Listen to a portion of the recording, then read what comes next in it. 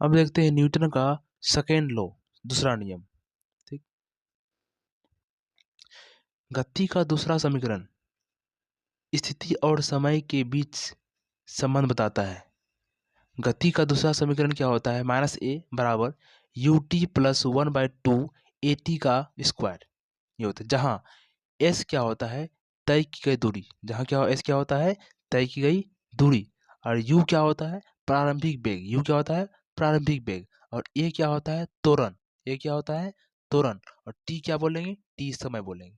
ठीक है। बल का सूत्र किस नियम से प्राप्त होता है?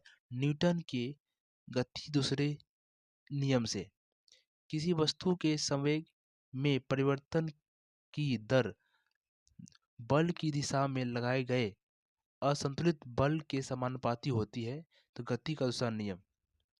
किसी वस्तु के संवेग में परिवर्तन केवल बल के परिणाम से निर्धारित नहीं होता है, गति का दूसरा नियम से होता है।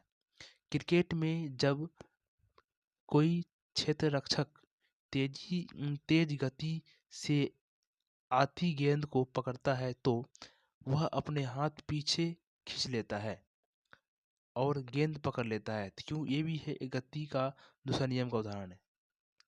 ठीक है, जैसे कि कुछ एग्जाम्पल है दूसरा नियम का न्यूटन के कुछ नियम के न्यूटन के दूसरा नियम कुछ एग्जाम्पल है, उदाहरण देखो। जैसे कि टेनिस गेंद की तुलना में क्रिकेट गेंद से अधिक चोट लगते हैं।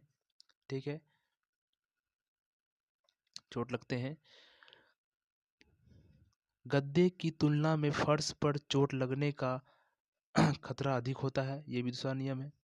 ऊंची या लंबी कूद में जमीन को खोद कर हल्का कर दिया जाता है ताकि कम चोट लगे। ठीक, बड़ी कील को अधिक गहराई तक ठोकने के लिए हथौड़े से अधिक वार किया जाता है, ये भी हो गया। अब एक टॉपिक है आवेग। बल और समय के गुणनफल को आवेग कहते हैं।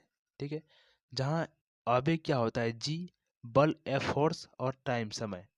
बल का ऐसा मात्रक होता है न्यूटन गुना सेकेंड माइनस किलोग्राम मीटर प्रति सेकेंड माइनस का होल स्क्वायर -2। कुछ एग्जाम्पल है, उदाहरण। यदि कोई खिलाड़ी कैच लेना चाहता है तो वह अपना हाथ पीछे की ओर खींचता है जिससे समय का मान बढ़ जाता है तथा लगाया गया बल कम हो जाता है जिससे कैच आसानी से पकड़ लिया जाता है। ठीक है, सीमेंट के फर्श पर गिरने पर लगने वाली आदमी को रेत के टीले पर गिरने से ज़्यादा चोट लगती है। ठीक है, ये आवेग का कारण है, इसको बोलेंगे आवेग कारण, आवेग का कारण ये। ठीक है, ये था दूसरा नियम। ठीक है।